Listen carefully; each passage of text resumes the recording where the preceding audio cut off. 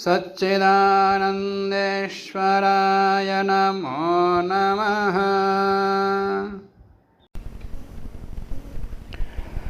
दर्शन शास्त्रों में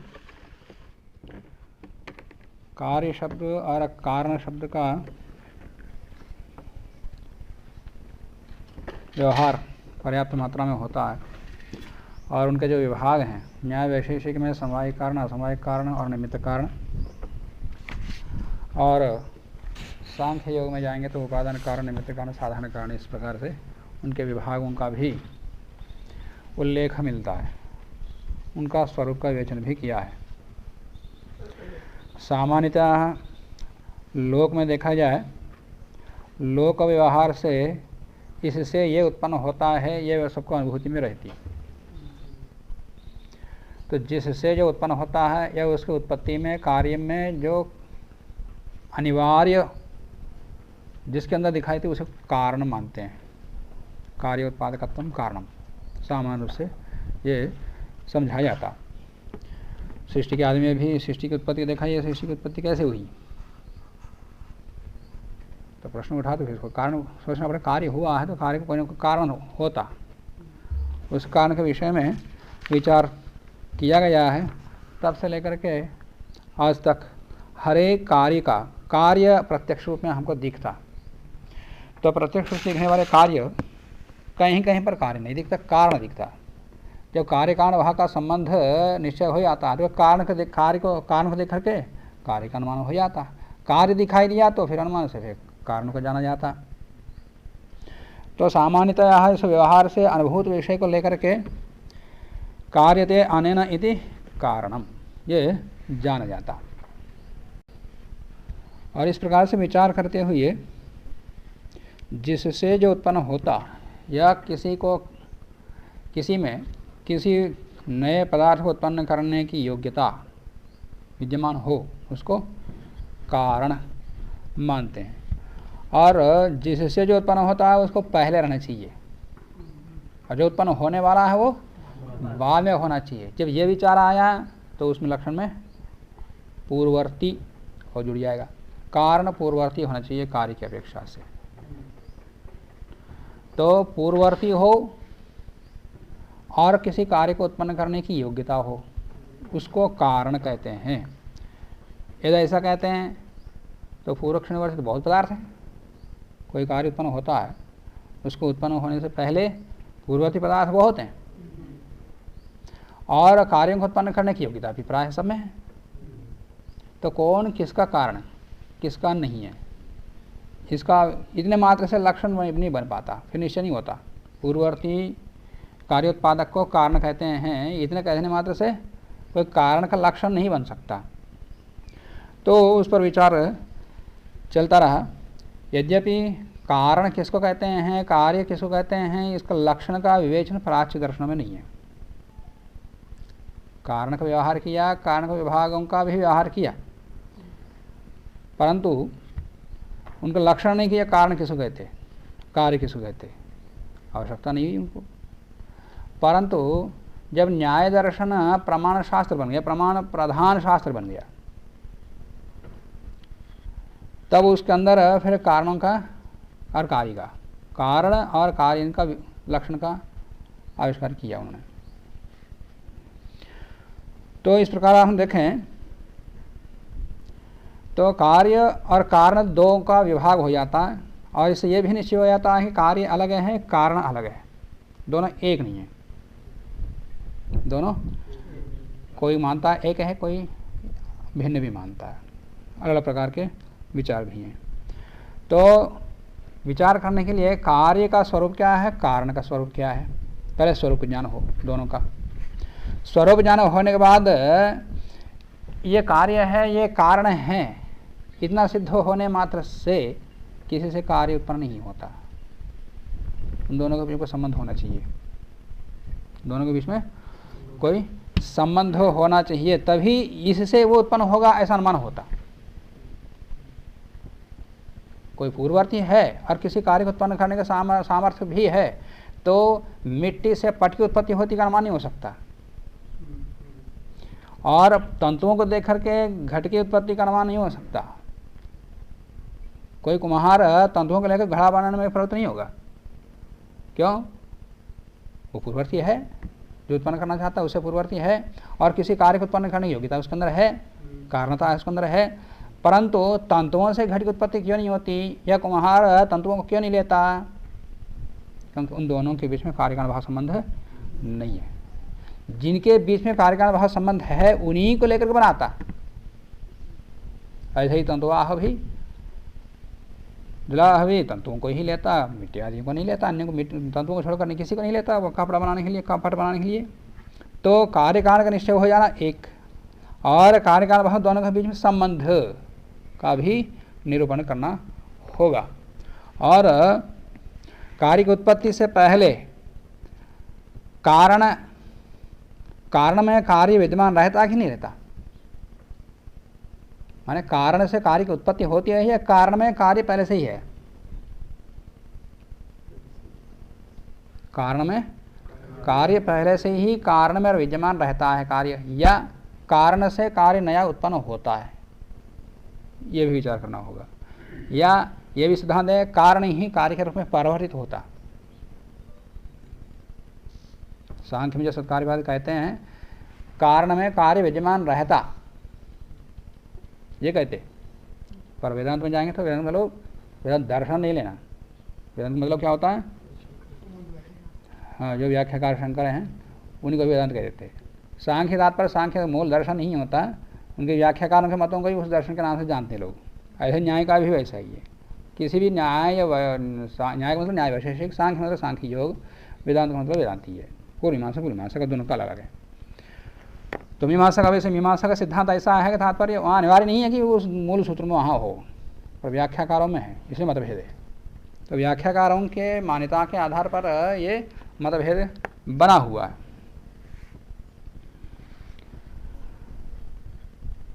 तो न्याय शास्त्र एक भेद शास्त्र है।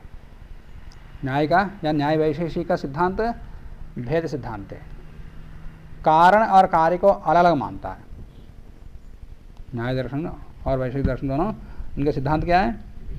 इन दोनों को भेद मानता है और दोनों की सत्ता स्वतंत्र है। कार्य और कारण दोनों की सत्ता स्वतंत्र है और दोनों में भेद मानता है। और सांख्य कार्य और कारण को दोनों को अभेद मानता है, या धर्म धर्मी कहो।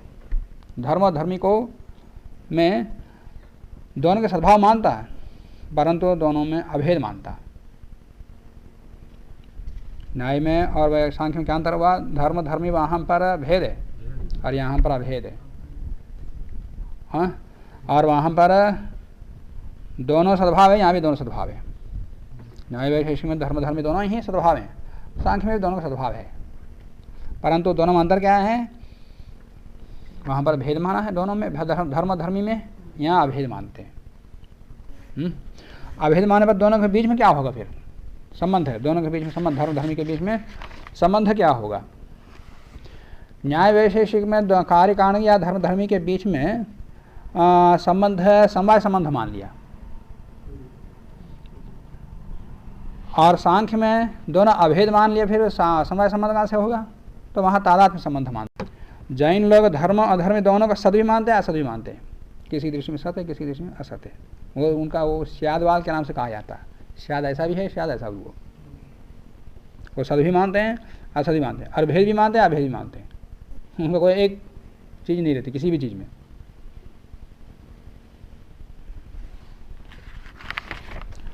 और उनका संबंध क्या होगा? फिर भेद भी मानते हैं, अभेद भी मानते हैं। भेद माने तो समवाय संबंध, अभेद माने तो तादात्म्य संबंध। वो भेद भी मान रहे हैं, अभेद मान रहे हैं, फिर वहाँ क्या संबंध होगा? भेदाभेद संबंध। हाँ, जैन दर्शन में भेदाभेद संबंध दोनों के बीच में, धर्म धर्मी के बीच में। और जो अद्वैत शंकर वेदांत है या अद्वैत वेदांत है, उसमें धर्म मात्र ही सद्भाव है। धर्मी ही सद्भाव है, धर्म है ही नहीं। कारण ही सत्य है, कारण की सत्ता है, कार्य की है ही सत्ता है ही नहीं। माने ब्रह्म ही सत्य है, वहाँ कार्य है ही नहीं, कार्य सब कुछ विवर्त है। तो वहाँ भी तादात्म्य संबंध ही है। इनका भेद मान लिया। और बौद्धों में धर्म ही है, धर्म की ही सत्ता, धर्म ही नहीं है वहाँ पर, क्योंकि वो ब्रह्म को मानते नहीं, कारण को नहीं मानते, वो कार्य को ही मानते हैं। वो कारण को नहीं मानते, धर्म को नहीं मानते, धर्म को ही मानते हैं, कार्य को ही मानते हैं, और वो भी क्षणिक है। तो धर्म मात्र की सत्ता है वहाँ पर, तो कार्य है, कारण नहीं है वहाँ पर, और वो भी क्षणिक है। और वो भी गुणों का ही दर्शन होता, द्रव्य ही नहीं वहाँ पर उनके यहाँ।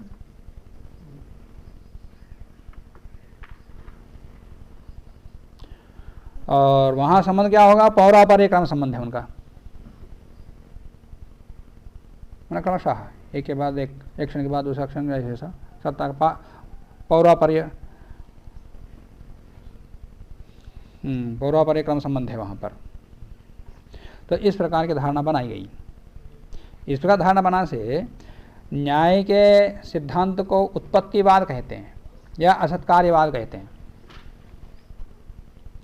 न्याय के सिद्धांत को असत्कार्यवाद या आरंभवाद। आरंभ मतलब न्याय उत्पन्न होना, असत्कार्यवाद माने कार्य कारण में पहले से नहीं रहता, तो अभिप्राय है।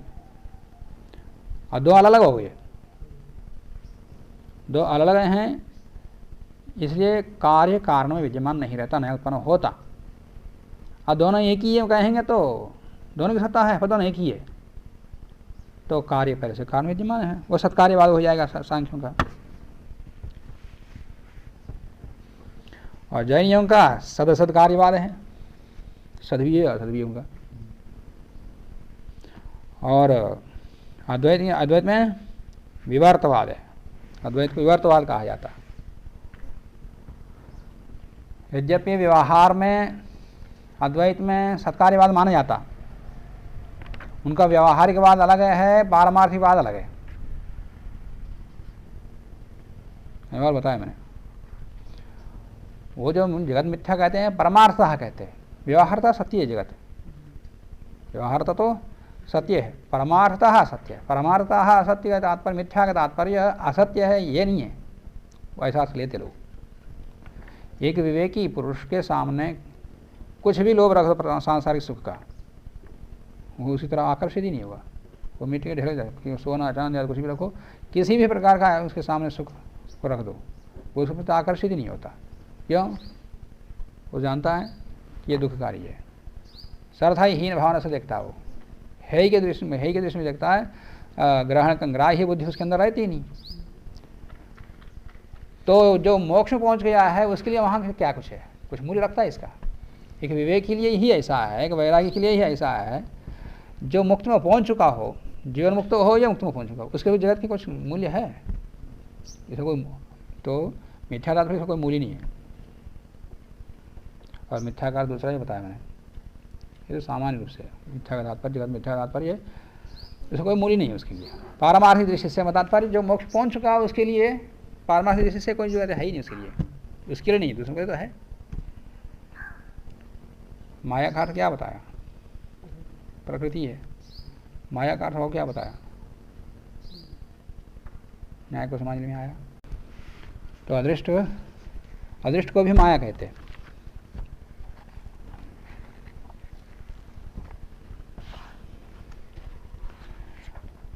माया, प्रकृति, अविद्या, ये सब के सब अदृष्ट के पर्यायवाची हैं। एवं च माया प्रकृति अविद्यादि पदम अपि एतत् परम माने अदृष्ट परम, न्याय को समझने में आया। तो अविद्या कहो माया कहो एक ही अर्थ है। तो अदृष्ट को माया क्यों कह दिया? मायावी आदमी जो करता है वो कार्य दिखता, वो किस कारण से करता, कैसे करता है हमको नहीं दिखता। ऐसा लगता है शून्य से सब कुछ निकाल रहा या कुछ कुछ बनाते जा रहा, एक से दूसरा दूसरा दूसरा करके। अदृष्ट में भी इसी प्रकार का, अदृष्ट दिखता नहीं है पर अदृष्ट से सब कुछ चल रहा, सारी दुनिया बन रही है और सब प्राणी की उत्पत्ति हो रही है, सबके सुख दुख आदि की अनुभूति अलग है, सबका सामर्थ्य अलग है, सबके सुख दुख अलग है, सब अलग अलग है। क्यों? अदृष्ट के कारण से। वो अदृष्ट दिखता नहीं पर कार्य दिख रहा है, इसका मतलब वो भी माया जैसे ही है, तो इसे इसको माया कह दिया, अविद्या कह दिया। इतने मात्र से वो नहीं है। तो उनका विवर्तवाद है। और जो क्षणभंगवादी बौद्ध हैं उनके वाद को प्रतीत्य समुत्पाद कहते हैं। प्रतीत्य समुत्पादवाद पहले भी प्रसंगता बता दिया था। तो इस प्रकार भिन्न भिन्न सिद्धांत व्याख्याकारों ने बनाया। व्याख्याकारों आचार्य से बने हुए हैं सिद्धांत। मूलतः दर्शनों में इस प्रकार का मतभेद नहीं है। अना का अभिप्राय है। इनके शब्दों में भी जिन आचार्यों ने सत्कार्यवाद असत्कार्यवाद इस प्रकार का या मायावाद जो शब्द प्रयोग किया, इन शब्दों में भी कोई भेद नहीं है, पर इन शब्दों से समझने में भूल हुई है। उसका कारण भी मैंने बता दिया। तो सामान्यतः कारण का लक्षण प्राच्य दर्शनों में नहीं है, और यहाँ तक भी पाश्चात्य दर्शनों में भी प्रायः उसमें अरस्तु को लेते। पाश्चात्य दर्शनों में मूल पुरुष को अरस्तु को लेते। उन्होंने भी कारण को बताया, कारण व्यवहार किया, कारण के विभागों को विभाग बताया, पर कारण किसको कहते हैं उन्होंने भी लक्षण नहीं बताया। वहाँ भी बाद के लोगों ने कारण का लक्षण बताया। तो यहाँ भी वैसे ही रहा। यहीं के अध्ययन करके वो वहाँ अपना सिद्धांत प्रतिपादित किया ग्रीक देश में, वैसे ही फिर आगे चलता रहा। वो पाश्चात्य दर्शन के नाम से जाना जाता। तो किसी कार्य की उत्पत्ति का सामर्थ्य रहना कारण है, और वो पूर्ववर्ती होना चाहिए, ये बताया गया। तो पूर्ववर्ती का तात्पर्य कार्य से पहले कारण रहता। मिट्टी से घड़ा बना, तो घड़ा बना हुआ मिट्टी नहीं है, तो पूर्ववर्ती कैसे कह दिया? तो पूर्ववर्ती तात्पर्य ये नहीं है कि पूर्व में रह करके कार्य उत्पन्न होने के बाद वो नष्ट हो जाता कारण, ऐसा नहीं है। कार्य को उत्पन्न करके फिर विवेचन किया, पूर्ववर्ती भी होना चाहिए और कार्य को उत्पन्न करने सामर्थ्य भी हो, उसको कारण कहते हैं। यदि पूर्ववर्ती को कारण कहते हैं तो पूर्ववर्ती हमारे पूर्व होकर के फिर बाद में नष्ट हो जाता कारण। कार्य को उत्पन्न करके जैसे शब्द, एक शब्द ने दूसरे को उत्पन्न कर दिया, वो नष्ट हो गया। एक तरंग दूसरे तरंग उत्पन्न कर दिया, वो नष्ट हो गया। तो ऐसे कारण कार्य को उत्पन्न करके नष्ट होता है या उसमें विद्यमान रहता? तो उसमें रहता, उसमें रहता का तो कार्य में रहता, ऐसा नहीं है। कारण में कार्य उत्पन्न होता, तो कार्य के साथ कारण विद्यमान रहता, तो इसमें दोनों के बीच में संबंध है। उसी संबंध को न्याय की भाषा में समवाय कह दिया। कारण अपने में कार्य को उत्पन्न करता है समवाय संबंध से, और कार्य में स्वयं समवेत रहता। समवाय संबंध से कार्य में वो विद्यमान रहता। पट में तंतु रहते, घड़े में मिट्टी रहती। तो कार्य की उत्पत्ति के समय या उत्पत्ति के बाद भी, कार्य की उत्पत्ति से पहले तो विद्यमान रहता ही रहता। पूर्ववर्ती इसलिए कह दिया, कार्य की उत्पत्ति होने से पहले भी स्वयं अकेला रहता वो, इसलिए पूर्ववर्ती कह दिया। तो उत्पन्न होते समय भी कारण रहता, उत्पन्न होने के बाद भी उसके कार्य के साथ कारण विद्यमान रहता। तो उत्पत्ति के बाद पूर्व, इसलिए तो उसके पूर्ववर्ती का तात्पर्य ये नहीं लेना कि उत्पन्न करके नष्ट हो जाता। तो केवल पूर्ववर्ती ही अर्थ लें तो मिट्टी को पूर्ववर्ती, तो घट को छोड़ करके, घट की उत्पत्ति में घट को छोड़ करके संसार के सारे पदार्थ पूर्ववर्ती हैं उसके विद्यमान, तो सबको कारण नहीं कहते। तो पूर्ववर्ती तात्पर्य यहाँ पर क्या है? अव्यवहित पूर्ववर्ती। क्या है? कोई व्यवधान नहीं होना चाहिए बीच में। अव्यवहित पूर्ववर्ती कोई ही कारण कहते हैं। फिर इस प्रकार समझा गया, माने जिसकी उपस्थिति से कार्य तत्काल उत्पन्न हो जाता हो, उसी को कारण कहेंगे, सही सब नहीं। और मिट्टी से घड़ा बनाते समय कुछ अन्य पदार्थ हैं, रज्जु आदि बहुत सारे पदार्थ हैं जो घड़े के उत्पन्न में कोई उपयोगी नहीं है, तो भी उनको कहेंगे कोई बीच में कोई संबंध नहीं, कार्यखाने का संबंध नहीं है। अब स्वर्ग की उत्पत्ति में कारण कौन है फिर?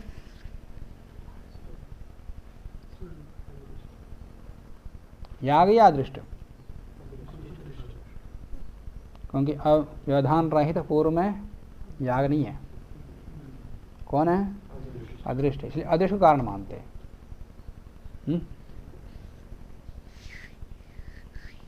तो याग क्या है फिर? तो अदृश्य कारण है। और स्वर्ग, स्वर्ग के लिए, स्वर्ग के लिए याग क्या है?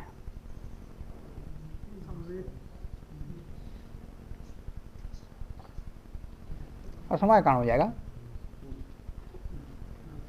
यद्यपि गंगेश उपाध्याय ने स्वर्ग को समय कारण माना, ओ याग को स्वर्ग का, स्वर्ग कार्य का याग को समय कारण माना, तो वहाँ साक्षात कारण तो अदृष्ट है, तो उन्होंने अपने ढंग से वहाँ समाधान दिया। परंतु विवेचन करने पर पता लगता है कि याग तो असमय कारण ही है। उनकी दृष्टि में यह है कि वेद का वचन याग से स्वर्ग उत्पन्न होता कहा, तो श्रुति का वचन है कि याग से उत्पन्न होता, अदृश्य से होता कहीं नहीं कहा। तो अदृश्य कल्पना तो उत्पत्ति के लिए कल्पना की गई, क्योंकि सत्य के ऊपर आधारित है। कल्पना तात्पर्य मिथ्या नहीं है, परंतु ऊह किया गया जिसको शास्त्र में कहा नहीं गया, पर वो कारण है। तो फिर ये क्या, फिर ये कारण नहीं है, तो फिर याग से स्वर्ग, यागात स्वर्ग कामो यजेता, याग से स्वर्ग उत्पन्न होता है इसलिए कहा है, फिर श्रुति व्यर्थ हो जाती। तो श्रुति की चरितार्थ के लिए वहाँ उन्होंने अपने ढंग से तोड़ मरोड़ करके समाधान दिया। परंतु जैसे अन्यत्र समवाय कारण असमवाय कारण का लक्षण बताकर विवेचन किया, उसके आधार पर देखें तो व्यवधान रहित पूर्ववर्ती जो कारण होता है वही समय कारण होता है, और जो समय कारण से समेत होकर के कार्य उत्पन्न करता है वह असमय कारण होता है। तो यहाँ याग अपूर्व के लिए कारण है और अपूर्व का कार्य स्वर्ग है, तो इस दृष्टि से याग असमय कारण ही है। तो श्रुति याग से स्वर्ग उत्पन्न होता है कहने से समय कारण ही वहाँ का कहा, कारण कहा। तो कारण समय कारण का हो तो भी कारण है, असमय कारण का हो तो भी कारण है। तो श्रुति की व्यवस्था कहाँ पर है? वो श्रुति व्यर्थ ना हो जाए इस भ्रम से उन्होंने व्याख्या कर दी, पर इसने मात्र से असमय कारण कहने मात्र से मगर श्रुति में कोई दोष नहीं आता।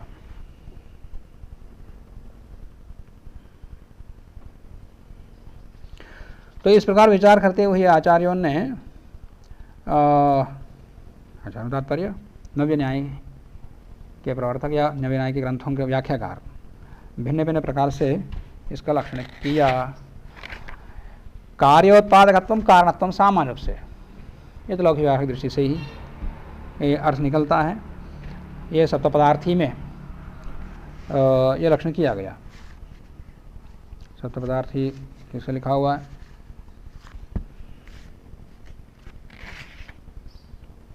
शिवादित्य ने लिखा। तो उन्होंने अपने सप्त पदार्थ में कार्योत्पादकत्व कारण या व्यावहारिक रूप से सामान्य रूप से कह दिया। भाषा परिच्छेद में अन्यथा सिद्ध शून्यस्य नियत पूर्ववर्तिता। अब कार्य को उत्पन्न करने सामर्थ्य हो और व्यवधान रहित पूर्ववर्ती हो, इतने मात्र से भी कारणता की सिद्धि नहीं होती। क्यों? क्योंकि घट बनाने में कुम्हार कारण है, कुम्हार का पिता भी कारण है। इसके पिता ने तो कुम्हार कहाँ से आता? कारण है कि नहीं? हाँ, तो फिर वो भी पूर्ववर्ती है और नियत पूर्ववर्ती है। तो कार्य से जब पूर्व में नियतवर्ती है उसको कारण कहते हैं, तो फिर कुलाल में भी कारणता चली जाती है। तो उसके लिए कह दिया कि अनन्यथा सिद्ध या अन्यथा सिद्ध शून्य होना चाहिए। अन्यथा सिद्धि के क्या होता है इसका लक्षण हम बाद में देखेंगे। और पूर्ववर्ती तात्पर्य घट को उत्पन्न करने में मिट्टी को लाने में मान लिया किसने रासव का प्रयोग किया, रासव के ऊपर मिट्टी ढो के ले आया खोद के, तो रासव कारण हो जाएगा, पूर्ववर्ती है। अकार्य उत्पन्न करने में सहकारियों में वो भी एक है, परंतु वो नियत नहीं है। क्यों? वो बैलगाड़ी से भी ला सकता है, वो स्वयं ढो के ला सकता है, या बैल के ऊपर ला सकता है, किसी भी अन्य उपाय से ला सकता है वो। तो वो नियत नहीं है रासव, रासाभादी नियत नहीं है, वो ही हो तो पूर्ववर्ती कैसे होना चाहिए? नियत होना चाहिए। नियत पूर्व, उसके बिना बन नहीं सकता। चक्र के बिना बन नहीं सकता, दंड के बिना नहीं बन सकता, पानी के बिना नहीं बन सकता, और कुंभकार के बिना नहीं बन सकता। जो भी अनिवार्य कार्य है जो नियत पूर्ववर्ती में अवश्य हर बार घट को बनाते समय जो अनिवार्य साधन है उनको कारण कहते हैं। और ऐसे पट बनाते समय जो नियत है, नियत पूर्ववर्ती उन्हीं को कारण कहेंगे।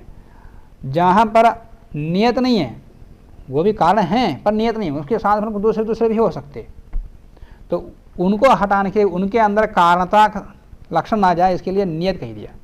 रासावादियों में कुछ लोग रासावादियों को अन्यथा में ले लेते, अन्यथा सिद्धों में लेते, अन्यथा सिद्धों में नहीं जाता वो, पर नियत शब्द से वो व्यावृत हो जाते हैं। नियत पूर्ववर्ती होना चाहिए। और अन्यथा सिद्ध का तात्पर्य क्या होता है? नियत पूर्ववर्ती के साथ विद्यमान हो। नियत पूर्ववर्ती जो कारण है, कारण में विद्यमान हो, तो कारण में विद्यमान रहता, सीधा कारण नहीं बनता। परोक्ष जो कारण बनता है उसका अन्यथा सिद्ध कहते। जैसे घट बनाने में दंड कारण है पर दंड का रूप,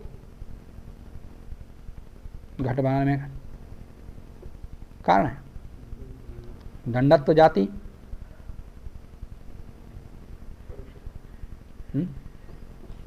परोक्ष साक्षात ही ना। अच्छा, कपाल का रूप घट बनाने में कहाँ साक्षात है?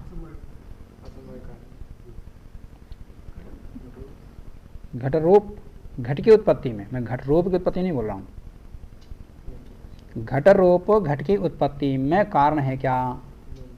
नहीं है, यह भी अन्यथा सिद्ध में जाता। कपाल में कपालत्व जाति घट की उत्पत्ति में कारण है क्या? नहीं है। घट कपाल का रूप घट रूप में कारण है पर घट की उत्पत्ति में, द्रव्य की उत्पत्ति में गुण को उत्पन्न करता, पर गुण द्रव्य को उत्पन्न करे वहां पर कारण नहीं है। वहां पर घट का रूप, कपाल का रूप घट रूप में घट को उत्पन्न करने में कारण नहीं है, परंतु उसके साथ संबंधित है परोक्षतया। तो ऐसे कारणों को, जहां कारण का भ्रम होता है, उनको कारण नहीं माना। जैसे मैंने पहले बता दिया था कि अवच्छिन्न अवच्छेद को क्यों मानते हैं। घट की उत्पत्ति में मिट्टी कारण है, ये कपाल ले लो, कपाल कारण है, तो कपाल में कपालत्व है और कपाल में द्रवत्व भी है, कपाल में पृथ्वीत्व भी है, कपाल में सत्ता सामान्य भी है। तो कपाल सत्तावच्छिन्न भी है और द्रव पदार्थत्वावच्छिन्न भी है, द्रवत्वावच्छिन्न भी है और कपालत्वावच्छिन्न भी है। कौन सा संबंध वाला कारण है? कारण किस रूप में कारण बन रहा हो? सत्तावच्छिन्न कपाल, सत्तावच्छिन्न कपाल, सत्ता याद देखो, सत्तावच्छिन्न कपालनिष्ठ कारणता निरूपित कार्यता घट में नहीं है, सुनिए। या पदार्थत्वावच्छिन्न, तो पदार्थत्वावच्छिन्न कौन हो गया? कपाल। कपाल बोले ना बोले, कपाल अर्थ है ना। तो पदार्थत्वावच्छिन्न कपालनिष्ठ कारणता निरूपित कार्यता घट में है क्या? नहीं है, क्योंकि पदार्थों से पदार्थ बनता। और वैसे ही द्रव्यत्वावच्छिन्न कपालनिष्ठ कारणता निरूपित कार्यता वहाँ है क्या? नहीं है। पर फिर कौन सी कारणता वहाँ पर कार्यता है का घट में? कपालत्वावच्छिन्न कपालनिष्ठ कारणता निरूपित कार्यता घट में। कोई आदमी पिता है और अध्यापक भी है, हा? तो किसी के प्रति वो अध्यापक है, क्यों? और किसी के प्रति वो पिता है, किसी के प्रति चाचा, क्यों? संबंध से ही, निरूप निरूपभाव संबंध से ही। तो वो किस रूप में पिता है, किस रूप में वो गुरु है, किस रूप में चाचा आदि। तो वहाँ संबंध से ही पता चलता है। तो यहाँ भी संबंध है कपाल घट में, कारण है किस रूप में, किस संबंध से। तो कपालित्वावच्छिन्न कपाल ही कपालनिष्ठ कारणता निरूपित कारिता घट में, अन्य संबंधावच्छिन्न अन्य धर्मावच्छिन्न कारणता निरूपित कारिता घट में नहीं है। तो इसी प्रकार से वो प्रश्न यहाँ इसलिए है कि अन्यथा सिद्ध है। कपाल एक द्रव्य के रूप में द्रव्य घट को उत्पन्न कर रहा है, और कपाल का रूप, मैं कपाल के विषय पूछ रहा हूँ, कपाल रूप को मैं कपाल रूप नहीं पूछ रहा हूँ, कपाल पूछ रहा हूँ। ये जो कहते हैं घट पदार्थ के, घट पदार्थ मतलब वो वैसे पदार्थ नहीं रहा, घट द्रव्य, घट द्रव्य की उत्पत्ति में कारण कौन है, द्रव्य बताना। तो कपाल, तो कपाल का रूप ये है, कोई बोले तो वहाँ कोई प्रश्न नहीं है। आना वो रूप घट की उत्पत्ति में, कोई द्रव्य की उत्पत्ति में कोई कारण है, तो वो कारण नहीं है, परंतु वो नियत पूर्ववर्ती है।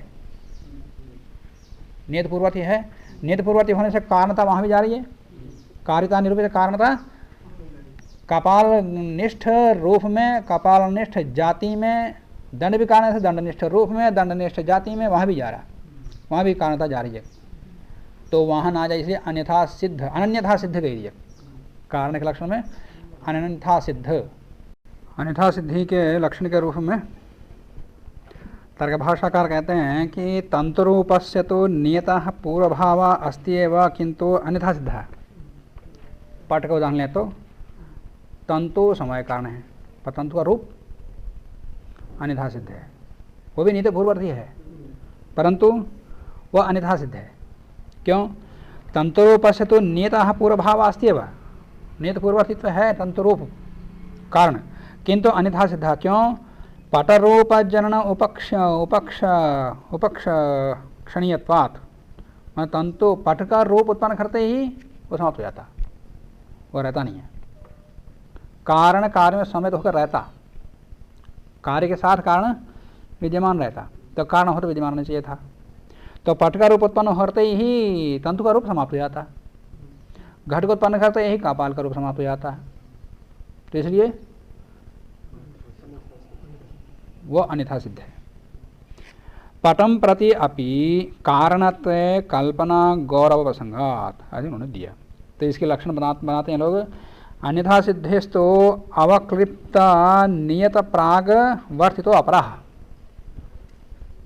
यह उसका अपेक्षा ये ठीक है। अन्यथा सिद्धिश्च अवक्लिप्त नियत पूर्ववर्तिना एव कार्य संभवे तत् सहभूतत्वम्, अवक्लिप्त नियत पूर्ववर्तिना एव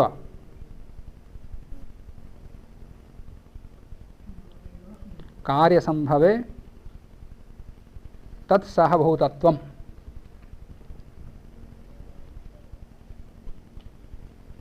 अन्यथा सिद्ध, अन्यथा सिद्ध शब्द बार बार आता, तब क्या निकला इसका? अवक्लिप्त माने कार्य उत्पन्न करने के सामर्थ्य जिसके अंदर हो, उसको कारण कहते हैं। कार्य उत्पादकत्व कारणत्व को ही अवक्लिप्त कह दिया। अवक्लिप्त नियत पूर्ववर्ती, नियत पूर्ववर्तिना मतलब नियत पूर्ववर्ती के साथ ही रहना, नियत पूर्ववर्ती के साथ ही रहना, यह भी लगा दिया और नियत भी लगा दिया। कार्य संभवे तत सहभूतत्वम, सह लगा दिया ना, नियत पूर्ववर्तिना एवं कार्य को उत्पन्न करने में नियत पूर्ववर्ती के साथ में ही रहना, नियत पूर्ववर्तिना एवं सहभूतत्वम। अब रासव नियत पूर्ववर्ती के साथ रहने वाला तो है नहीं, तो अन्यथा सिद्धि में नहीं आता। वो नियत पूर्ववर्ती, जो नियत पूर्ववर्ती हैं वो नियत पूर्ववर्ती कार्य के साथ रहता हुआ सहकारी बनता हो कार्य उत्पत्ति में, वो अन्यथा सिद्ध है। तो कारण का जो रूप, कारण की जो जाति आदि, कार्य उत्पादक या कारण के कारण कुलाल का पिता, वो नियत पूर्ववर्ती है, वो परोक्षतया वो भी सहकारी है, साक्षात नहीं है वो। तो घटोत्पत्ति में जो निमित्त कारण कारणभूत जो कुंभकार है उसमें सहकारी है वो, अनियत पूर्ववर्ती भी है। तो लक्षण पूरे कर जाता है, और वो भी घट बनाता, वो भी घट बनाने समर्थ है। तो अवक्लिप्त नियत पूर्ववर्ती न सहभूतत्व कार्य संभवे, कार्य संभावना में वो भी सहकारी होता हो, उसका अन्यथा सिद्ध कहते हैं।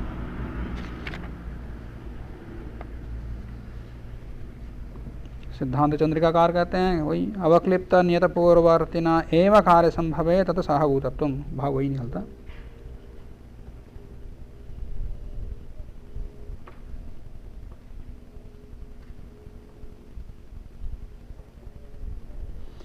तो दंड के अंदर दंड का रूप विद्यमान होता हुआ भी उसकी विवक्षा नहीं है कारण के रूप में,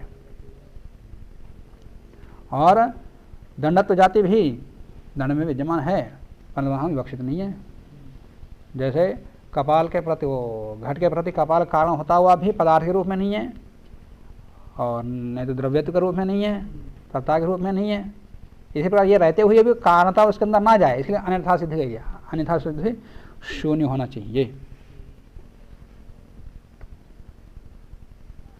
तो इस प्रकार देखा जाए तो दंडत्व जाति कारण का सहकारी, कारण का जो सहकार है कारण की जाति, या कारण का रूप, सहकारी कारण का रूप, सहकारी कारण का कारण पितादि, कुराण के पितादि, या भौतिक पदार्थ में उसका भी कारण कोई होगा जड़ पदार्थों में।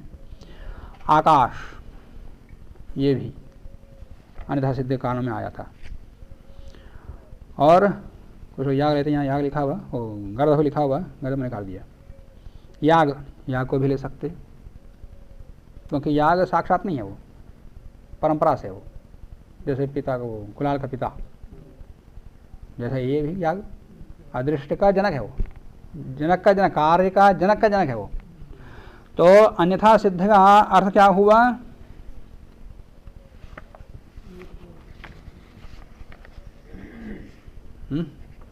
जो साक्षात कारण बनता है वो अन्यथा सिद्ध है, और जो परंपरा बनता है वो अन्यथा सिद्ध है। अन्यथा सिद्ध है तात्पर्य परंपरा या कारण बनता है, नियत पूर्ववर्ती है, स्वसाकारी भी है, पर परंपरा से उसको अन्यथा सिद्ध। पर कारण का लक्षण जो बता रहे हैं वो कारण नहीं होगा। जो अन्यथा सिद्ध नहीं है माने परंपरा से संबंध नहीं है, वो साक्षात हो, उसी को ही कारण कहते हैं। इसलिए कारण के लक्षण क्या कहा है? अन्यथा सिद्धि शून्यस्य नियत पूर्ववर्तिता कारणता। ये भाषा परिच्छेद में उन्होंने कहा है। तर्क भाषा में तेन अन्यथा सिद्ध नियत पूर्वभावित्वम कारणत्वम, भाव वही निकलता। अन्यथा सिद्ध को अन्यथा सिद्ध नियत पूर्वभावित्वम कारणत्वम, ऐसा भी कह सकते। भिन्न प्रकार से मैंने पहले बता दिया था। कार्याव्यवहित प्राक्षणावच्छेदकत्वे सति कार्य समानाधिकरणात्यंताभाव प्रतियोगित्वम कारणत्वम, पता है पहले उसके अंदर संग्रह में, तर्क संग्रह में, कार्य अव्यवहित प्राक्षणावच्छेदकत्वे सति, कार्य के अव्यवहित पूर्व में विद्यमान प्राक्षण से अवच्छेद को, कार्य अव्यवहित प्राक्षणावच्छेदकत्वे सति कार्य समानाधिकरण भी हो। कार्य समानाधिकरण नहीं है कि जंगल में रखा हुआ कोई भी डंडे आदि मिट्टी आदि जो भी दूर स्थलों में वो भी कारण बन जाए, वो नहीं। कार्य समानाधिकरण में वहाँ समीप में परिसर में जो उपयोग में लिया जा रहा है या व्यापार आश्रित हैं उन्हीं को कारण कहा जाता है। कार्य समानाधिकरण अत्यंताभाव अप्रतियोगित्व, अत्यंताभाव का प्रतियोगी नहीं होना चाहिए वो कार्य, कारण, उसको कारण कहते हैं। न्यायबोधिनी में लिखा गया नियतत्व विशेषण अनुपादाने, माने नियत पूर्ववर्त नियत शब्द ना रखें तो पदकृति में नियत शब्द ना हो तो पूर्ववर्तिना ह्रासभादेः अपि कारणत्वं स्यात् अतः नियतत्वे सति इति विशेषणम्। वाक्यवृत्ति कारण विलोप वही बताया। नियत पूर्ववृत्तित्वं च, नियत पूर्ववृत्ति किसको कहते हैं उसका लक्षण बता रहे हैं। कार्याव्यवहित पूर्वक्षणावच्छिन्न कार्याधिकरण देश निरूपित आधेयतावद अभाव प्रतियोगितानवच्छेदक धर्मवत्वम नियत पूर्ववृत्तित्वम।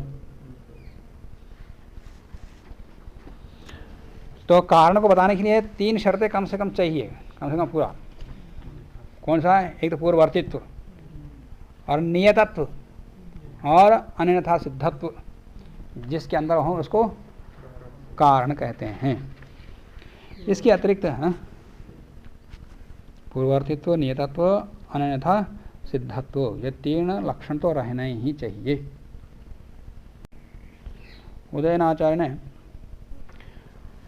थोड़ा भिन्न रूप से कहा, सहकारी वैकल्प प्रयुक्त कार्याभावत्वम कारणत्वम, ये कहा।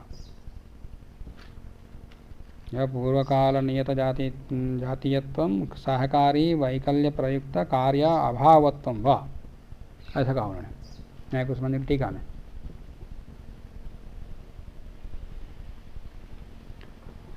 को असौ तर्हि कारणत्वम किम तत्, और कारणत्व क्या है? पूर्वकाल नियत जातीयत्वम कारणत्वम, यह सहकारी वैकल्प प्रयुक्त कार्याभावत्वम व कारणत्वम। तो इसका अर्थ क्या हुआ? सहकारी वैकल्प प्रयुक्त कार्याभावत्वम मतलब बताया, इसको भी बताया कल वैशेषिक दर्शन के पाठ में, उपस्कार में आया था। सहकारी वैकल्य माने सहकारी, किसी कार्य को उत्पन्न करने में सहकारी कारण जो भी हैं उनमें से किसी एक के भी अभाव में कार्य उत्पन्न नहीं हो सकता। किसी एक के कारण पर विकलता आ जाएगी, विकलता में फिर कार्य का अभाव हो जाएगा। जैसे शरीर के अंगों का कोई एक अंग ना हो तो विकल कहते, एक कला नहीं है, एक कला रहित है वो। ऐसे ही अनिवार्य पूर्ववर्ती कारण जो भी वहाँ पर आवश्यक हैं उनमें से कोई एक कारण ना हो तो विकल कहा जाता। तो सहकारी विकल हो, सहकारी मतलब कारण, कारण विकल्प, कारणों का विकलता का हो या सहकारी विकलता का हो।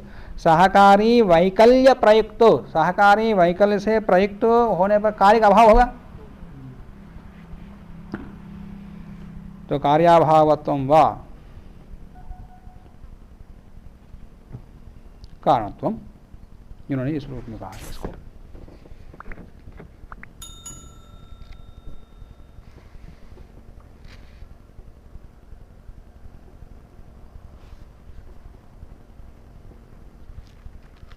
सहकारी विकल्य से कार्याभाव जो होता है, कार्याभाव का अभाव हो जाना, कारणता विद्यमान है वहां पर। मीमांसकों ने लक्षण भिन्न रूप से बनाया। उन्होंने अन्वय व्यतिरेकित्वम कारणत्वम कहा, अन्वय व्यतिरेकित्वम कारणत्वम,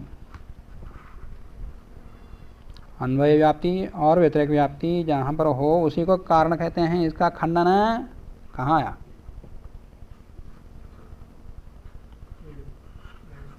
हाँ, न्याय कुश मंदिर में आया था। इस प्रकार का लक्षण नहीं बना सकते, मैं आक्षेप किया और समाधान भी दिया और निरूपण किया। ये कारणता के लक्षण, कारणता का लक्षण नहीं हो सकता। इस प्रकार लेंगे तो कारण सामान्य कारण है कि सबका, तो आकाश एक उदाहरण के रूप में आकाश को लेते हैं। आकाश है सबका कारण है, तो आकाश का कारण का अन्वय व्यतिरेक लगाओ। आकाश के रहने पर कार्य उत्पन्न होता, आकाश ना रहने पर होगा।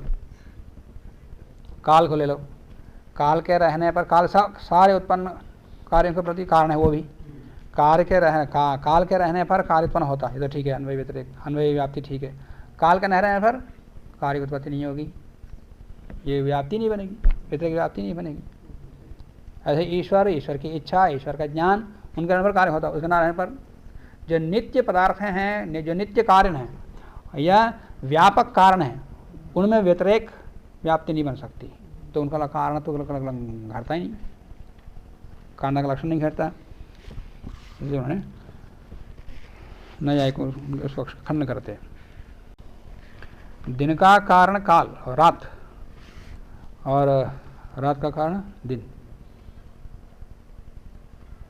कह सकते कि नहीं कह सकते? क्यों?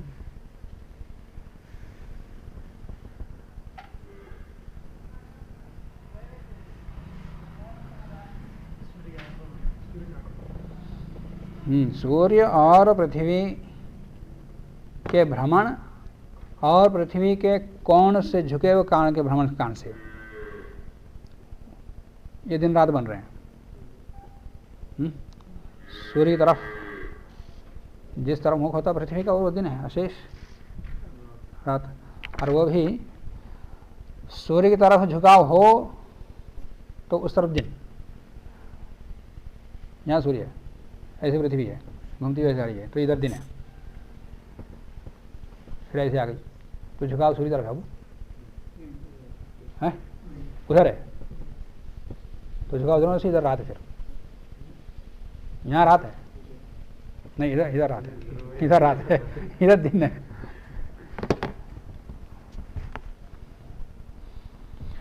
तो सूर्य की तरफ जो विद्यमान भाग है वो तो दिन रात है, तो दिन रात तो भूमि और पृथ्वी के कारण से है, तो कार्य का भाव दिन रात के बीच में नहीं है। तो नियत पूर्ववर्ती वहाँ है, दिन से पहले रात और रात से पहले दिन, नियत पूर्ववर्ती तो वहाँ है, तो इस कारण से उन दोनों के बीच में कार्य का भाव नहीं कह सकते। क्यों? रात को या दिन को उत्पन्न करने की सामर्थ्य नहीं है, परस्पर एक दूसरे को उत्पन्न करने की सामर्थ्य नहीं। तो विदेशी पाश्चात्य दर्शनकार वहाँ कहते हैं कि इस प्रकार क्या है, उन्होंने जो लक्षण बताया वो लक्षण के आधार पर दिन रात में कारणता का सिद्धांत उनका जाता, वो लक्षण जाता, तो लक्षण वहाँ ना जाए, निरुपाधिक लगा देते अपने कारण में, वो विशेष जो है निरुपाधिक।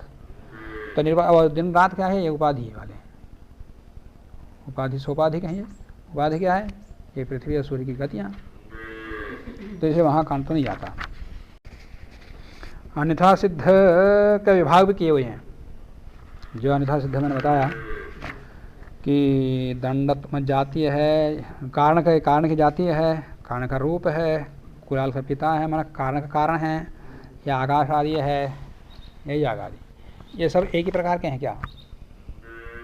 अन्यथा सिद्ध है नहीं, इनमें कुछ विभाग किया। गंगेश उपाध्याय और तर्क संग्रहकार अन्नम भट्ट ने 3 विभाग किया, अन्यथा सिद्ध के 3 विभाग किया, और न्याय सिद्धांत मुक्तावलिकार विश्वनाथ ने उसका 5 भाग किया।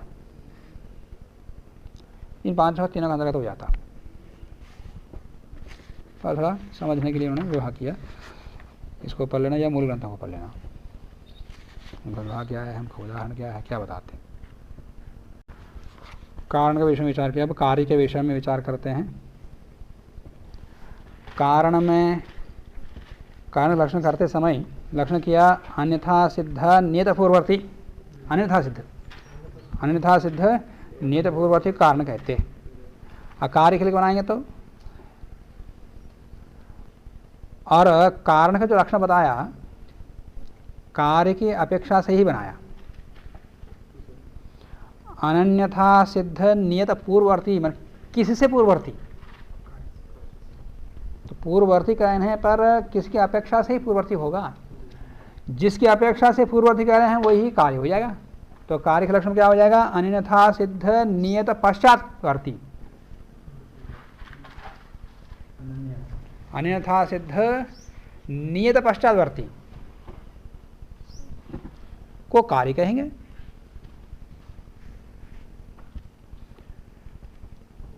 तो जब तक पश्चातवर्ती का विचार नहीं किया जाएगा तब तक फिर ये कारण का लक्षण पूरा नहीं होता। इसलिए उसके कारण के लक्षण को, कारण को समझने के लिए कार्य को भी समझना पड़ता है।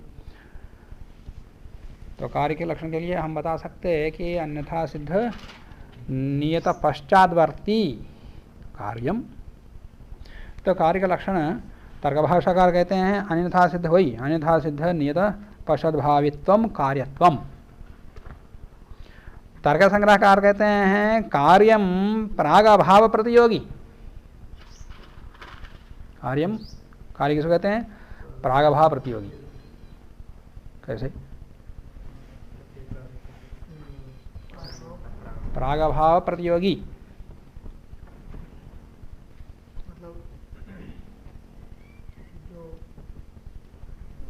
प्राग अभाव, प्रतियोगी मन विरोधी।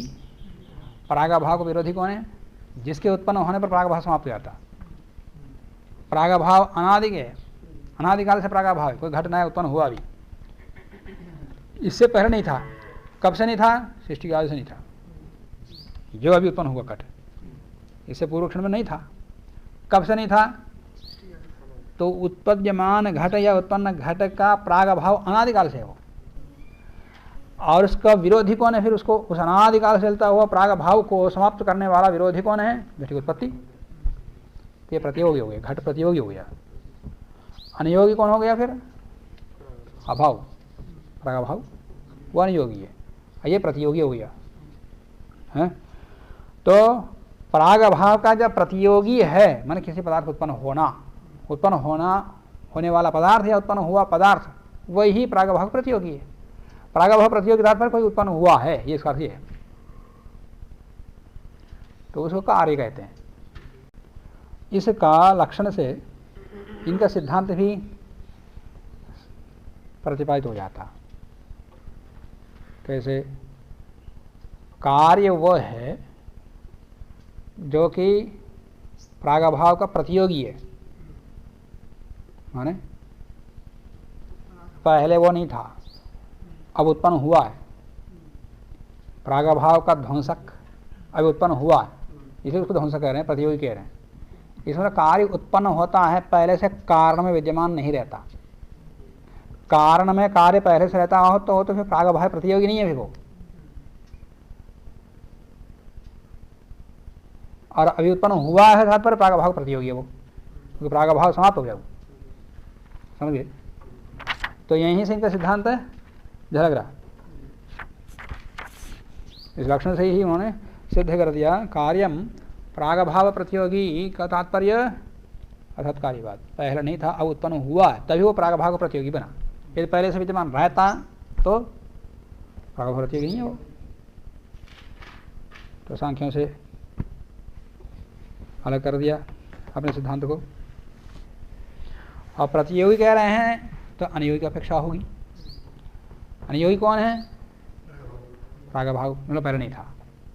पहले नहीं था इसका अर्थ यह नहीं है कि अत्यंत अभाव है, और पहले नहीं न होने से अब उत्पन्न हुआ है, इस अभिप्राय को उन्होंने भिन्न रूप से अत्यंत अभाव ले लिया।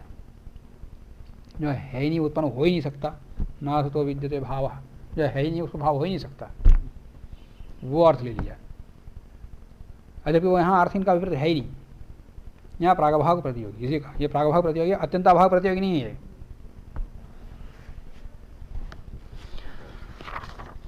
कारण के विभाग तो किया सभी ने, पर कार्य का विभाग नहीं किया। कार्य का विभाग उन्होंने किया, सांख्यवादियों ने, हमारे सत्कार्यवादियों ने। कार्य दो प्रकार के होते हैं, भावरूप कार्य और अभावरूप कार्य।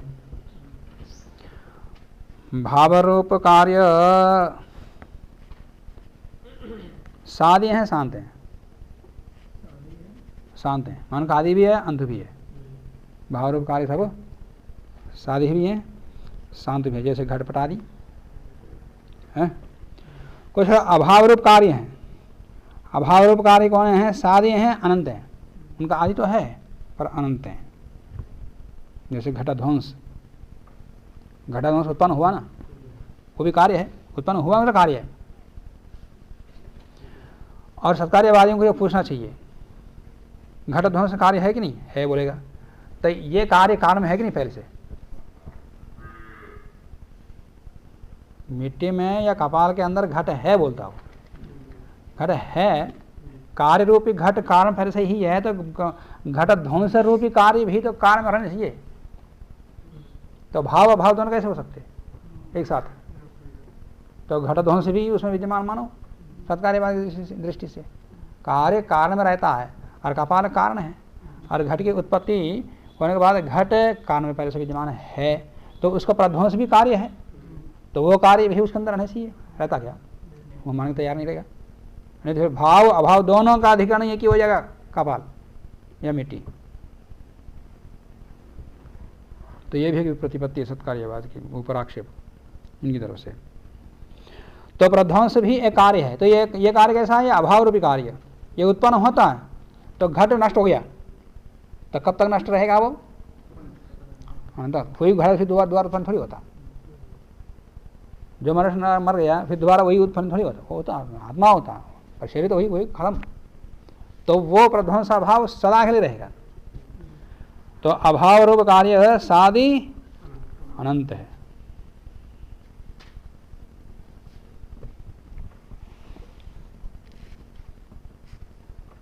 तो कारण भी दो प्रकार हो जाएंगे, भाव रूप कारण, अभाव रूप कारण। तो भाव रूप कारण जैसे मिट्टी, कपाल द्वय संयोग, दंड, चक्र, कुलाल आदि ये सब भाव पदार्थ। अभाव रूप कारण है प्रतिबंध का अभाव या प्रागभाव। प्रतिबंध का प्रागभाव मतलब ये बता ही दिया, प्रतिबंध का अभाव मतलब उसका विरोधी। सारे कारण हैं, सहकारी कारण सब विद्यमान हैं, उनमें से कोई किसी की न्यूनता नहीं है, सहकार की विकलता नहीं है, फिर भी कार्य में कोई प्रतिबंधक वहाँ पर।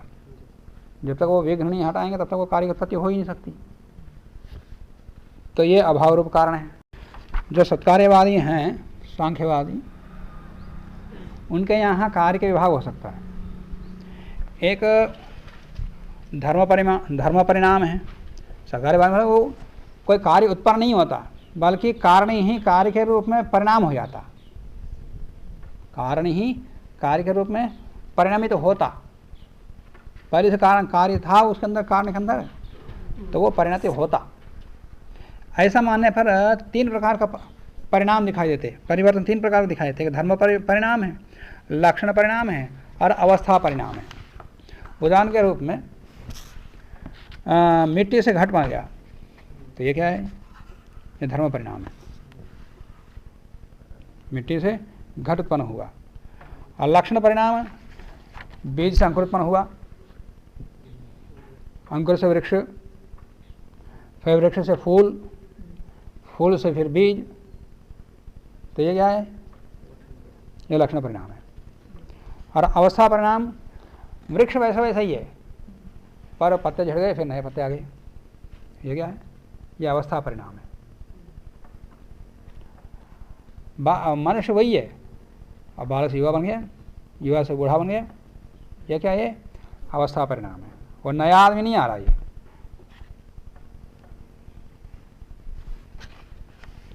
पर वो जो विद्यमान है उसी में परिवर्तन हो रहा है इसको। तो ये परिणाम को मानते हैं, परिणामवादी हैं, इसलिए उनको विभाग करना पड़ा। परंतु ये न्याय वैशेषिक में कार्य उत्पन्न होता है, तो उत्पन्न होता है, हर एक पदार्थ उत्पन्न होता, कोई भेद हो ही नहीं सकता। इसलिए इन्होंने कार्य का कोई विभाग नहीं किया। और कार्य को समझ लिया, कारण को समझ लिया। तो घट की उत्पत्ति में मिट्टी भी कारण है, चक्र भी कारण है, दंड भी कारण है, कुलाल भी कारण है, अन्य जो भी सहकारी सबके सब कारण हैं। क्या सब समान रूप से कारण है क्या? इनके अंदर कुछ कारण ऐसे हैं जो कार्य के उत्पन्न होने तक रहते, कार्य उत्पन्न होने हट जाते। दंड, चक्र, पानी है, मिट्टी आदि। मिट्टी तो बचाओ मिट्टी है बची मिट्टी है। तो कुलाल है, जो भी सब हट जाते हैं। परंतु जिस मिट्टी से घट बना दिया वो कारण मिट्टी या कपाल है, घट में ही विद्यमान रहता। तो वो ये तो विभाग तो दिखाई दे रहा, सभी कारण एक जैसे नहीं है, तो उनको विभाग करना पड़ेगा। तो विभाग के लिए नैयायिक और या न्याय वैशेषिक दर्शन में समवाय कारण, इन दोनों के बीच संबंध जोड़ दिया। किन्हीं ही कारणों का कार्य के प्रति समवाय संबंध है, और किन्हीं ही कारणों का कार्य के बीच में असमवाय संबंध है, और किन्हीं ही कारणों का किन्हीं के साथ है निमित्त मात्र है। वो न समवाय है ना असमवाय। समवाय असमवाय से भिन्न जो भी है वो निमित्त मात्र है, उत्पन्न होते वो सब हट जाते। और समवाय कारण असमवाय कारण उसमें विद्यमान रहते, कार्य में विद्यमान रहते, कार्य में दिखाई देते। समवाय कारण भी रहता, असमवाय कारण भी रहता। तो जो उसके अंदर रहते हैं वो कारण को अलग कर दिया। कार्य उत्पन्न होने के बाद जो नहीं रहते उनको अलग करके निमित्त कारण कह दिया। और जो विद्यमान रहते हैं वो भी समान रूप से है क्या? कारण नहीं, कुछ समवेत है, कुछ असमवेत है। तो समवेत असमवेत के लक्षण बना करके इन्होंने विभाग कर दिया। फिर घट के प्रति कपाल समवाय कारण है, घट और रूप के प्रति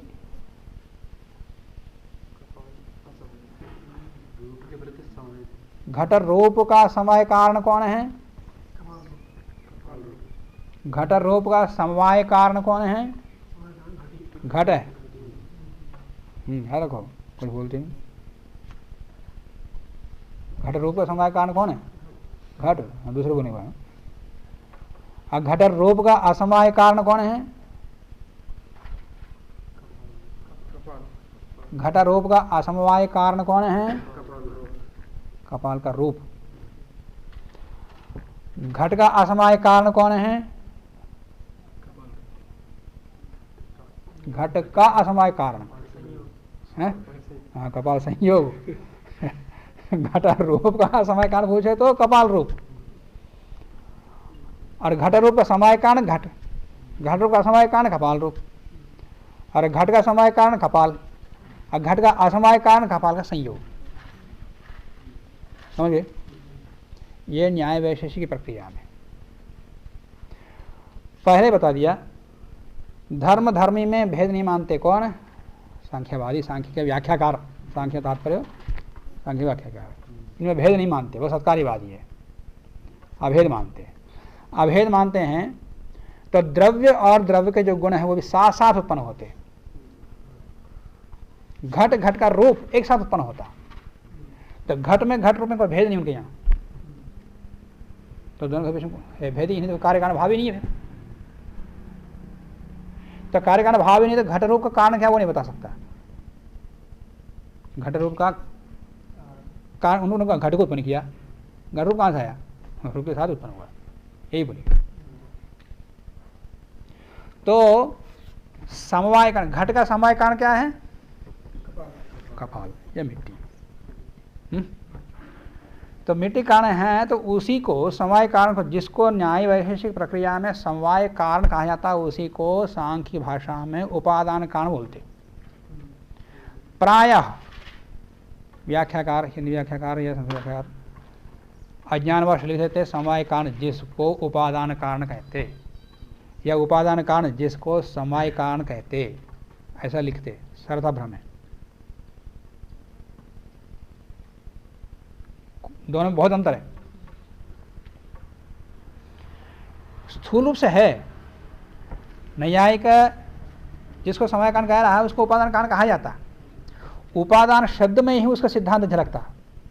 जैसे कारण के लक्षण में, कार्य के लक्षण में नैयायिक का सिद्धांत झलकता है, दिखता है, वैसे ही उपादान कारण शब्द से ही उनका सिद्धांत निरूपित होता है। उपादान मतलब उपादीयते आने नहीं, उपादानम कारणम, जिसके द्वारा उपादान किया जाता है, ग्रहण किया जाता है। तो कौन किसको ग्रहण कर रहा है? कार्य कारण को ग्रहण करेगा या कारण कार्य ग्रहण करेगा? दोनों को एक। कार्य कारण को ग्रहण कर रहा है ऐसा कहेंगे तो कार्य विद्यमान ही नहीं, क्या ग्रहण करेगा वो?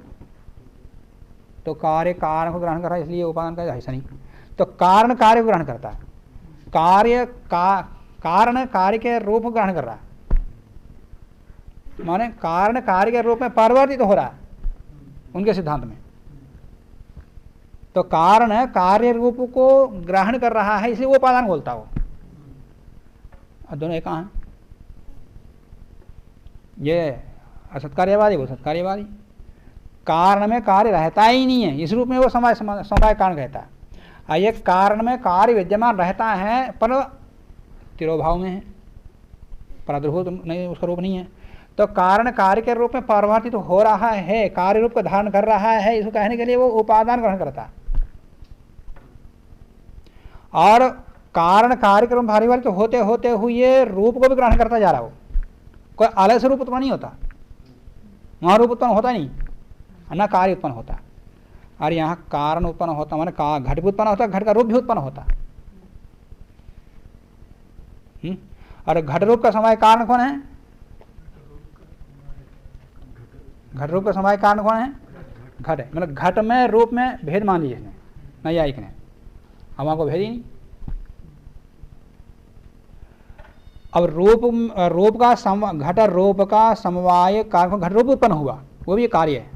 तो घट रूप कार्य है, तो कार्य का समवाय कारण कोई होगा, तो कौन है वो? घट स्वयं।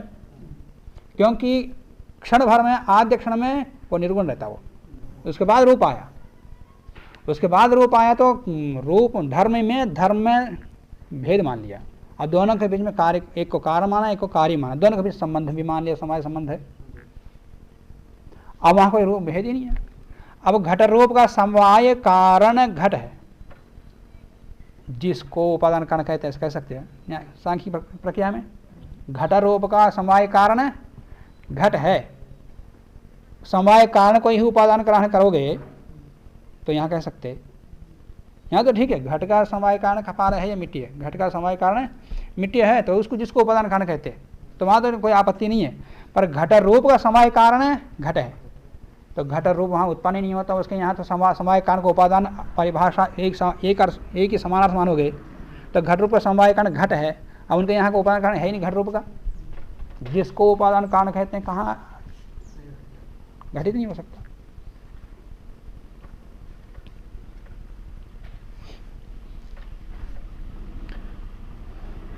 तो इस प्रकार दोनों में भेद है। समवाय कारण असमवाय कारण शब्द का प्रयोग वहीं करना जहाँ पर न्याय की प्रक्रिया की भाषा चल रही है, वहीं समझना। सांख्य सिद्धांत प्रक्रिया में कोई वहाँ की शब्द करता है, या न्याय की प्रक्रिया में सांख्य उपादान का शब्द का ग्रहण करते हैं, ये खिचड़ी बन जाती, पर्यायवाची मान करके लोग प्रयोग करते हैं। उपादान शब्द का अर्थ ही मानी घटेगा न्याय की प्रक्रिया में। न्याय की प्रक्रिया माने आचार्यों ने जो प्रक्रिया बनाई, यथार्थ में दोनों को विरोध नहीं है दर्शनों में। तो समवाय कारण, असमवाय कारण और निमित्त कारण, इनकी प्रक्रिया में समवाय कारण का लक्षण बता दिया। क्या है जो पहले बताया वो बताओ।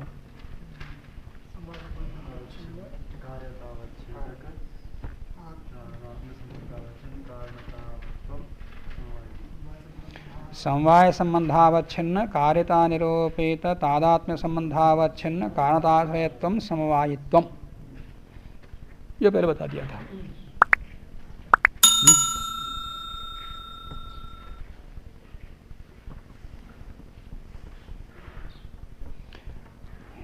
जो नवीन्याय के तर्क संग्रहकार हैं वो क्या बोलते हैं, यत् संवेतम कार्यम उत्पद्यते तत् समवायी कारण, यत् संवेतम कार्यम भवति ज्ञेयम तो समवाय कारण आदि।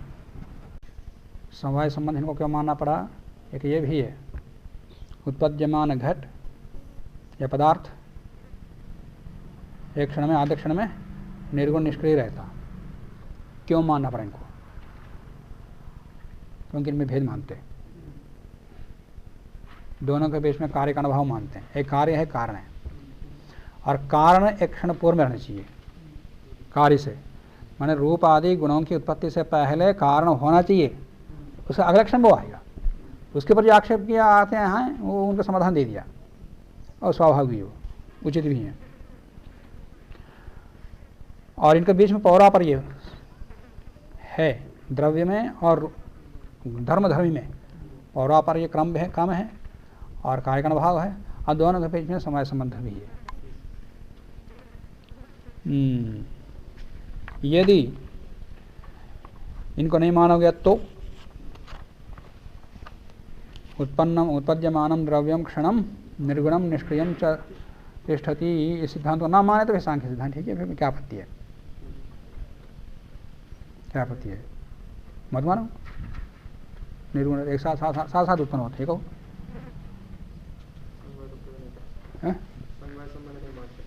मत मानो। आपने वजह से समय संबंध शब्द का अपना कर लिया, उसको मानने के लिए फिर ये मानना पड़ेगा कि दोनों के बीच में कार्य का अभाव है, पौरापर्य है, अलग है, दोनों भेद है, सारे सिद्धांत खाने हो जाता। क्या आपत्ति है?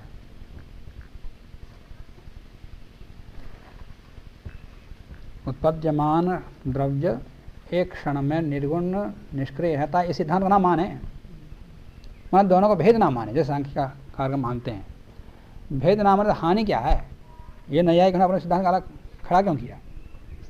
इसमें भेद माना, फिर दोनों के बीच में निरूपण भाव संबंध माना, कार्यकारण भाव माना, फिर उपादान से अतिरिक्त सांख्य तो प्रक्रिया पहले से ही है, वो न्याय की अपेक्षा से सांख्य प्रक्रिया पहले उपादान ग्रहण है, उसके भिन्न पारिभाषिक शब्द समवाय कारण क्यों लाना पड़े इनको?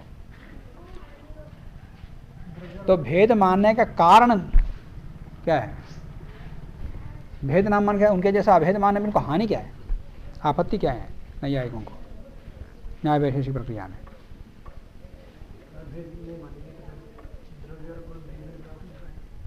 माना हो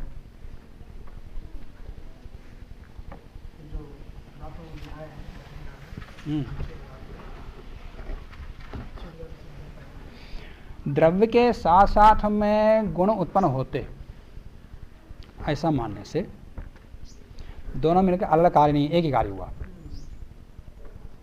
जबकि द्रव्य और गुण अलग है। सांख्यवादी भी मानेगा द्रव्य अलग है, द्रव्य के गुण भी अलग है। अलग है तो फिर अलगपन कैसे सिद्ध करोगे? जब साथ ही उत्पन्न हुई है तो साथ ही उत्पन्न में भेद क्या है? एक आपत्ति, भेद तो सिद्ध नहीं होता, जबकि वो अभेद मानता धर्मी में। और दोनों एक साथ उत्पन्न हो रहे हैं तो कार्य का कारण एक ही होता, एक ही कार्य उत्पन्न हुआ ना, घट उत्पन्न हुआ। घट उत्पन्न हुआ तात्पर्य उसके यहाँ है ये घट पदार्थ और घट पदार्थ, घट द्रव्य और घट का रूप सब एक साथ उत्पन्न हुए, दोनों मिलकर सब एक ही कार्य है। गुण गुणी दोनों एक ही कार्य है। एक कार्य हो तो कारण एक ही रहेगा ना, तो जो भी मिट्टी आदि जो भी कार्य कारण है, कारण एक ही रहेगा। द्रव्य का और गुण का दोनों कारण एक का मानना पड़ेगा आपको। लेकिन न्यायिक प्रक्रिया में गुण गुण को उत्पन्न करता है, द्रव्य द्रव्य को उत्पन्न करता है, सजाति को उत्पन्न करता है, और दोनों का अभेद मानने पर एक ही कारण से दो उत्पन्न हो रहे हैं मानना पड़ेगा आपको। द्रव्य भी उत्पन्न हो रहा और गुण भी उत्पन्न हो रहा, द्रव्य से गुण कैसे उत्पन्न होता? दो कार्य कैसे होता? तो वो दोनों से एक ही कार्य कैसे, एक ही कारण से दो कार्य कैसे आ रहे हैं? यहाँ पर दो कार्यों का एक कारण मानना पड़ेगा आपको, ये बहुत बड़ी आपत्ति उसके ऊपर। ऐसे बहुत सारे आक्षेप उसके ऊपर उठते, इसलिए दोनों को अलग अलग माना जाए। अलग अलग माने तो गुण और गुणी के बीच में भी कार्य का भाव आ जाता, तो गुण गुणी के बीच कार्य का भाव आया तो फिर कार्य का भाव सिद्ध करना पड़ेगा, और दोनों के बीच में संबंध क्या है ये भी सिद्ध करना पड़ेगा। तो वो कारण वहाँ सिद्ध करो जो अन्यत्र भी घटे और यहाँ भी घटे, मतलब मिट्टी घट के बीच में संबंध है वो भी कारण हो, वो भी कारण कार्य का भाव सिद्ध हो, और गुण गुणी के बीच में संबंध है वहाँ भी कार्य का भाव सिद्ध हो, और दोनों का बीच संबंध भी एक जैसा हो। एक लक्षण ऐसा बनाए कारण का, कार्य का भाव संबंध का, मिट्टी घट के उत्पत्ति में, घट घट के रूप की उत्पत्ति में वो लक्षण घटे, इसके लिए उनको समवाय संबंध की कल्पना करनी पड़ी, नहीं तो उनको वही उपादान कारण बोलते हैं। वो भी रूप घट में समवाय संबंध से रहता है और कपाल में घट समवाय संबंध से रहता है, नहीं रहता कौन बोल रहा है? कार्य कारण भाव से है। समवाय कारण कह देने पर कार्य कारण में दोनों में आधारादय भाव आता, चाहे मिट्टी घट हो या कपाल घट हो या कपाल रूप हो, इनके बीच में कार्य कारण भाव समवाय संबंध कह देने पर आधारादय भाव आता, और उपादान ग्रहण करने पर कोई आधारादय भाव नहीं रहता। मिट्टी घट के या कपाल घट के बीच में कोई आधारादय भाव नहीं है, और कपाल घट घट के रूप के बीच में कोई आधारादय भाव नहीं है। घट में रूप रहता ऐसा नहीं कह सकते, घट रूप दोनों एक ही है। तो इस प्रकार का अर्थापत सिद्ध होता, पर वो ऐसा नहीं हो सकता। बस वही फिर वेदांत फिर वो अद्वैत के रूप में विकसित हो गया। अभेद ये सत्ता मानता हुआ, कार्य कारण दोनों की सत्ता मानता हुआ अभेद मान लिया सांख्य का। और अद्वैत में कारण ही सत्ता है, कार्य सत्ता है ही नहीं, और जो दोनों के प्रतीत होते हैं अभेद रूप से ही रहते हैं व्यावहारिक में, वो परिवर्तन हो गया। और उनसे पहले बौद्ध ने क्या कर दिया, वो कार्य की सत्ता माना, कारण की सत्ता नहीं माना, और वो कार्य भी क्षणिक है। और उपादान बता दिया था, उपादान कारण होते हुए भी द्रव्य अपने द्रव्य रूप कार्य का समय कारण हो सकता है। द्रव्य रूप का द्रव्य समय कारण हो सकता है, क्योंकि वहाँ उपादान उपादान भाव है ही नहीं, उपादान उपादेय भाव है ही नहीं वहाँ पर। द्रव्य और द्रव्य का रूप के बीच में उपादान कारण नहीं है। द्रव्य रूप का द्रव्य उपादान कारण ना होता हुआ भी समय कारण है, दोनों भेद है कि नहीं। तो समय कारण और उपादान कारण एक है नहीं, तो कभी दोनों को एक समय को भूल कभी नहीं करना। और असमय कारण के विषय में भी उसका लक्षण बता दिया था, उसके दो प्रकार के भेद भी बता दिया था। जो पहले असमय कारण का लक्षण बताया वो क्या है? समवाय संबंधावच्छिन्न कार्यता निरूपित समवाय संबंधावच्छिन्न कारणताश्रयत्वम असमय कारणत्वम, ये पहले बता दिया था। तर्क भाषा का कहते हैं असमवाय कारणम तदुच्यते यत समवायी कारण प्रत्यासन्नम अवध्यत सामर्थ्यम तद असमवाय कारणम। माने समवाय कारण में प्रत्यासन्न हो, समय कारण में प्रत्यासन्न हो और अवधित सामर्थ्य हो, वो भी उसमें भी कार्य को उत्पन्न करने की योग्यता हो, तद असमय कारण। वो असमय कारण दो प्रकार से हो जाता, फिर वो दो प्रकार का भेद बता दिया, उनका लक्षण भी बता दिया। और दोनों का भेद करेंगे तो असमय कारण दो प्रकार से है, एक कार्यकार्थ प्रत्याशक्ति, एक कारणिकार्थ प्रत्याशक्ति। कार्यकार्थ प्रत्याशक्ति को ही समवाय संबंध प्रत्याशक्ति कहते हैं या साक्षात प्रत्याशक्ति भी कहते हैं। और कारणिकार्थ प्रत्याशक्ति को जो दूसरा वाला असमय कारण है उसको उसी को स्वसमवायी संबंध प्रत्याशक्ति कहते हैं या परंपरा प्रत्याशक्ति कहते हैं। तो कार्य कारण के बीच में कोई विशेष जो जानकारी, सत्कार्यवाद असत्कार्यवाद के बीच में क्या भेद है और इनके पारिभाषिक शब्दों में क्या भेद है, दोनों पर्यायवाची नहीं है। इनके लक्षण के विषय में बता दिया, और कभी कुछ विशेष होगा तो उसके विशेष अक्सर बता दूंगा आगे। हेलो,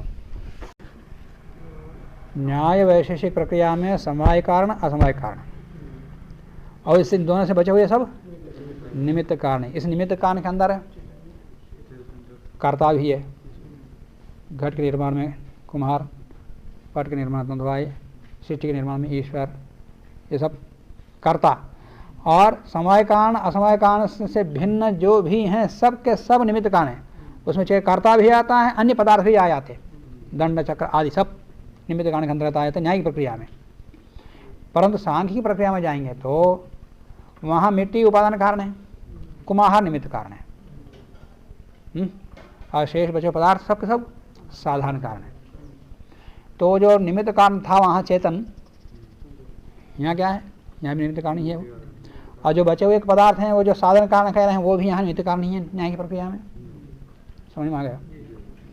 सांख्य की प्रक्रिया में जो निमित्त कारण है वो न्यायिक प्रक्रिया में निमित्त कारण नहीं है वो, और जो वहाँ साधारण का कारण कहा जा रहा है वो भी निमित्त कारण ही न्यायिक प्रक्रिया में, यहाँ साधारण कारण नहीं है। समवाय असमवाय भिन्न सबके सब निमित्त कारण है, उसमें कर्ता भी आ गया और उससे भिन्न जो बचे हुए पदार्थ सहकारी पदार्थ है वो सबके सब कारण निमित्त कारण के अंतर्गत आ जाते हैं। पर सांख्य भाषा में निमित्त कारण केवल चेतन ही है, कर्ता ही निमित्त कारण है। उपादान कारण निमित्त कारण को छोड़कर बचे हुए पदार्थ साधारण कारण, तो वहां के साधारण कारण न्याय की भाषा में निमित्त कारण के अंतर्गत आ जाते हैं। ये भी एक भेद है इन दोनों प्रक्रिया में।